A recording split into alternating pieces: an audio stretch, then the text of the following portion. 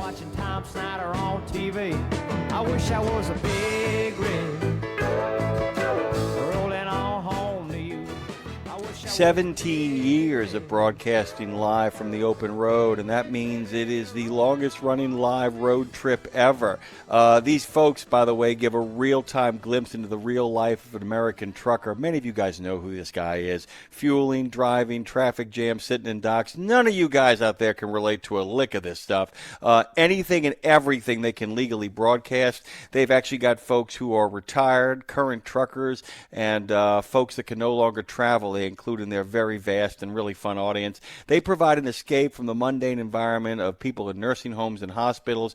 Basically, they're reaching out to anybody who's got that urge to be out there on the road and doesn't have as much access as they would like to. They showcase the beauty of America. You get vistas. I mean, it's like a John Ford movie rolled into a Sam Peckinpah film, kind of coupled with kind of a gonzo sort of energy to the entire world live as it happens. They also take field trips from time to time, taking their cameras to rest area points, beaches, so that folks can see more than just the highway. And of course, I'm talking about BigRigTravels. Go to BigRigTravels.com. You can find it over on Facebook. It's got group conversations on the X, formerly known as Twitter, at BigRigTravels. They got BigRigTravels over on YouTube. Of course, you can find them on Discord. And BigRigSteve, of all people, joins us this morning. Hey, man, how you doing? Woo! Doing excellent. Doing very, very well. So let's kind of talk about this, because we've been talking about something that's a little bit different over here on the Weekend 34, the idea of asking our listeners to kind of plan their road trips before it's too late to kind of get out there and see the road. But you guys are taking an angle that a lot of people who don't understand this world get a chance to see this world up close and personal. But also, it's for people who are in the know as well, for people who might want to see how other people deal with a lot of the same situations. But on the flip side, for those who don't get a chance to get out there anymore, to have a place where they can reconnect. Can you talk about 17 years ago how this grand adventure began? And good morning. Hey, I tell you what, being in our 17th year, if you asked me 17 years ago that this is where we would be today, I would have laughed in your face, because what started is I put a camera in my truck just to show my parents and friends what I was seeing. It would spit out a little image like every 30 seconds. And it was my way to include them in the truck. Well, doing that, guess what? Other people found us because, it wasn't a private thing. It was out there in public. And everybody started jumping on the virtual truck. And we have just grown into so much more than I ever planned, to be honest with you. For the people that want to be truckers, the kids coming out of high school and stuff like that, or want to be truck drivers, if you want to know, watch our channel. We take you through all day long. We don't do edits. We don't do pre-recorded, sections. We just honestly show you live. That means some days it's boring, sitting in a traffic jam or sitting 5 hours in a dock or whatever. But at the same time, when we go over the Rockies using Starlink over the mountains, or San Rafael Swell, the Backroads of Utah, amazing scenery that you can't get anywhere else. So we bring that all to you live. It is awesome. People have joined us that say they were in the hospital and that, of course, they can't get out. One lady told me she was fighting cancer for 6 months, and her son put our channel up on the TV in her room. So we were her escape out of that hospital room. We took her places that she could never, ever go. And I hear that story over and over and over. It is awesome. By the way, I want to kind of point out to our listeners out there, this is always a big question, and having actually, partaken of the product, as it were, you guys can go to BigRigTravels.com and find out all about it. Really can. It's a beautifully interactive website that actually allows you really great access to what's going on. It's family-friendly in the sense that, so much, people always worry about that when it kind of, look, it's a rough and tumble world. This as good as anybody. I mean, you get, basically, it is the equivalent of playing out in your yard. I mean, the world that you have have entered into is, scuffed elbows and, no helicopter parents need apply. But it is family friendly. It is kid safe. And I want to kind of point out, too, you have some really high honors, by the way. You've been mentioned in Smithsonian Magazine. You are allowed to be used as a teaching tool as well. I'm kind of getting your bona fide set up here because you've managed to thread the needle of giving a realistic portrait of both the making a friend of boredom, as I call it, that you have to often do as a trucker, with also the awe and wonder and the comedy of the job, while at the same time maintaining access for everyone, right? And over 17 years, that can be often tough to do when you're actually happening live in the moment. How have you managed to maintain that sort of show discipline when the camera and the world never stops? Are you following me with that, BigRigSteve? That's actually a good question. The thing is, the internet and society is full of, well, put it mildly, garbage. Yeah. All the cussing and hooting and hollering and name calling and bashing, all the political strife, all the world events, whatever. We don't partake in that because you get slammed in the face with that everywhere you go. So BigRigTravels, and if you follow us on our truck virtually, we take you away from that. This is your spot to go when you want to get away from that. We make people behave in the chat rooms. We've got fantastic moderators. We are family friendly. You can set your kids, and a lot of parents have told me they do that, and we'll entertain your kids. You don't have to worry about if somebody cuts me off, I'm going to start hooting and hollering and laying on the horn. That's not the way you do. As far as the camera being on all the time, I don't look at it as, hey, we have 1,200 people watching me. Instead, I talk during the stream. I act like I'm just talking to my best friend sitting in the seat beside me, because all of my viewers basically are my best friend, if that makes sense to you. So I just treat it like it's normal everyday activity. If I thought just in number of subscribers, or I'm doing this only as a show, I don't think it'd have the same genuineness as somebody who does it from the heart. And that's what it is. That's why we've been doing it for so long. It just comes natural. I'm not trying to impress anybody. This is what we do. If it's something that suits you and you want to jump on board, come on. There's plenty of room. If we're not your cup of tea, and we're not everybody's, I get that. That's fine. Then I'm sure, there'll be something else for you to watch. You know what I mean? I do, brother, and I'll tell you this too as well. One of the things we do on this show, as you probably have figured out, is we've got so many listeners who actually make their living on the road, and as well as anybody, that there is a lot of where there used to be not many options for the people on the road in regards to what they could enjoy and what they could partake of. There are now a multitudinous options, so it becomes a matter of the great. It becomes harder to fight for audience, but on the flip side of that, you can really figure out who it is you want to reach or how wide you want to reach and be able to say exactly what you just said to us, which is, if we're not your cup of tea, there are other things out there, and I'd rather have quality of listener and quality of viewer than worry about having to get this wide, immense audience that I can actually kind of figure out who it is I want to sit next to and spend time with in the cab or in the booth or in the studio and kind of make your way down the road. One more question about origin story, because you begin just with this little kind of thing. If you guys go to the website, you guys will see that there are so many things you guys have going on in regards to blogs, in regards to all of that kind of stuff. At what point did you realize that it was more than just kind of letting your parents know something? You kind of alluded to it, but there's always a tipping point. Are you following me here, Steve? The idea that at some point you go, wait a minute, we got a few more people than just 10 folks listening and watching this thing. When did you know you had something? Hey, I do the same thing. I behave exactly the same way, whether we have one viewer watching or 1,000, But we started the website February 8th, 2008, and because technology wasn't caught up with us or anything like that, the only thing we were able to do was a company out in England allowed streamers to stream a little 320 by 320 box. So by today's standards, that's small. And you could only have 10 viewers at a time. And we would always have those 10 people, and that was fine. One day, I parked, for the night in Tulsa, Oklahoma, and I could not bring my website up.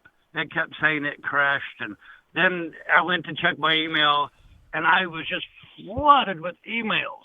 Apparently, that Sunday evening, a Brazilian TV show called Fantástico, which is the number one entertainment show, did a story on us, and I never knew about it. And I looked at the numbers. We had 50,000 hits in 2 hours. And I thought, oh, thankfully, though, technology has, evolved, and cameras have gotten better, and YouTube came along, and all that stuff. So we really were pioneers with this. We were able to, as soon as technology allowed us to, we were right there. And so we just ran with it. It just keeps going. Well, I tell you this too, and by the way, we've been talking about this recently, Dave Nemo and I. The idea that you talked about the year you kind of got this whole thing started, and then I think about the fact that you said 17 years ago, and it doesn't seem that long ago, does it? I got to tell you, the decades and the years used to seem to make sense to me. As time has rolled by, I can't believe that 2005, 2006, 2007, how long ago they were in terms of the rearview mirror. It just kind of continues to stun me. I wanted to ask you one more question before we got to take a break here, and to kind of set up what we're going to talk about in the second half of this stuff. In the last couple of years, and look, you've seen a lot of America. Are there still places on the road, because you do a lot of vista shots, a lot of shots of the wonderful things you see, are there still places that when you go there continue to take your breath away, where you kind of say, man, I get a chance to see this on a daily basis or a monthly basis or even just once a year? Where are the places that continue to kind of make you as an individual driver go, wow, I've got to share this again? Absolutely. Absolutely. We're going to do a break first, or what? I'll let you. I'll tell you what. Why don't you mull on it? Because that's a loaded question. I'm sure you can get about 10 of those out of your mouth before we even get going. So why don't we take a quick break here, Dre? We'll come back on the other side. So thrilled to have you on the show this morning. It's your Weekend 34, guys, both now and then. We'll be right back after this message. Big wheels keep rolling. Feelings grown a part of me. The Ultra One loyalty program at TA Petro and TA Express has been simplified. They heard you. You wanted more attainable rewards, so they reduced the number of gears in the program and lowered gallon minimums. So now you can get to 4 times the points, showers, meals, or parking even faster. Get more details at ta-petro.com/Ultra1. ta-petro.com/Ultra1. Let's say you're a great driver, because you are, and let's pretend I'm a reliable company.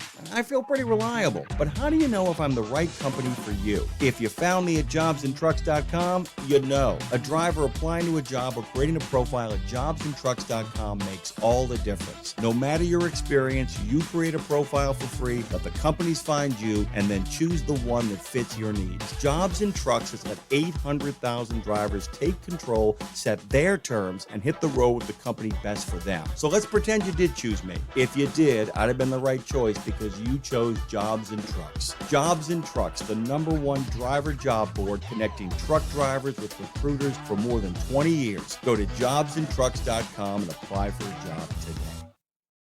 I've got those drag 'em off the interstate, sock it to 'em, JP Blues.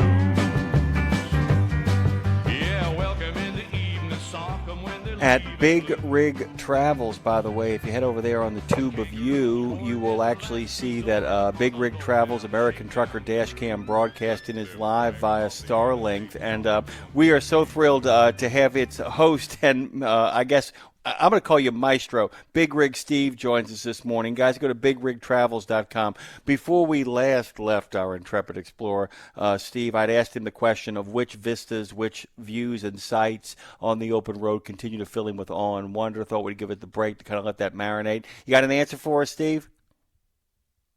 Oh, actually, I do. We last December, we hit our 2 million miles of driving. And that was an awesome accomplishment because when I got into truck driving, I thought, well, I'll just do this for 1 million miles because 1 million miles is astronomical, and now we've doubled that. And in that 2 million miles, we've covered a lot of the same territory. But, you know, there's a lot of back roads that we still haven't covered. And we still find new adventures, new routes, new customers to go to and all that stuff. It's always good to go up over the Rocky Mountains. I love the back roads of Idaho, Utah, Washington, Oregon, run along the coastline and all that stuff. And you think, okay, so after the 18th time or 84th time or whatever of going over the Rocky Mountains, doesn't that get boring? Or any place for that matter. And the question is no, because it's a different day. You're feeling a little bit different, maybe you have clouds. Maybe you have rain one time. Maybe you have sunshine. Maybe you have snow one day. So even when you go over the same roads, it's like a different experience. Different weather, different settings, different traffic levels. And like I said, this is a massive, big country. And we're still finding new routes to go. So I have a ball. I'll tell you this, my friend. I've gotten a chance, not as much as you have, but I've gotten a chance to actually hit all the 48 states in the continental United States, and I've actually been to Alaska as well. And I used to drive 3 to 4 times a year from the city of New Orleans up to Seattle. I existed in both places to some degree. And I never got tired of going through Idaho and Washington in particular. I will say this. I got a little tired of Kansas. I won't lie to you. I would make my way up from New Orleans through Texas, and at some point, but the relief I would feel in the Idaho valleys in particular, and then getting into the forest of the state of Washington, it always kind of lifted my soul. It really is when you hear stuff like, wide open country, big sky country, God's country and all that. It never ceases to impress. And by the way, if you ever get bored of seeing it, you might want to do something else because you're obviously engaged in distracted driving at that point. You're obviously not paying attention to your surroundings. Second of all, congratulations on the 2 million miles. I know that all of our listeners this morning absolutely understand what an honor and an accomplishment that is. The honor, of course, of being able to kind of drive across the states, but the accomplishment of 2 million miles, just spectacular. All right. I want to talk a little bit about the programming, too. How do y'all keep up with all the kind of stuff you got going on, the blogging and the camming and sort of kind of putting this production stuff together? How do y'all maintain this schedule? How do you do it? Well, honestly, it used to be just me at the beginning when it was slow, and it was like stressing me out where I would stay up until midnight and 1 a.m. working on the website or any of the other various parts of it, that I finally decided to delegate stuff. We have certain folks that watch every single time we go live, and I started getting emails about, hey, can I help you with this? Can I help you with that? So now we've got like 2 or 3 YouTube editors that help keyword and title and whatever else with YouTube stuff. We've got a person that writes the daily summary that kind of writes a blog summarizing what we did during that day. So I've got a couple people that help out in various ways because it just got to be too big for me. So hats off to the people that do help. You know who you are, and I definitely appreciate it because this project's grown way past whatever I had imagined. Well, I'm going to say that, by the way, and by the way, kudos to you for that as well, because as you know, a lot of people will hear stuff like, well, hosting a radio show or doing a vlog or, keeping a blog up. I mean, that's just, it's money for nothing and your chicks for free, or just kind of a little fun thing you do on the side. You, of all people, have really come to appreciate the same way that many Americans have finally come to understand what it's like to be an over-the-road trucker, that keeping up with both, and I don't know how you did it so long by yourself, to be honest with you, and I'm in deep admiration of that, because it's one of those things where you realize that ensuring quality product that at the same time seems natural, fresh, and new takes a lot of work, doesn't it? I mean, it's a big undertaking, because, you keep on, but it's amazing that it pulls people into your gravitational orbit. 74,000 people subscribe to your YouTube channel. Did you ever think you'd get to that kind of number after only having 10 people looking at you on a regular basis? We actually didn't start using YouTube until 2016. Right. So we actually did 8 years with a company out in England. We worked with them like a year or so. Ustream, we worked with them, but they're defunct. Justin TV, we worked with them, but they're now defunct. Vidal. So we jumped around to various platforms for the first 8 years. So I kind of wonder at times but YouTube back then only allowed you to do a live stream of 15 minutes.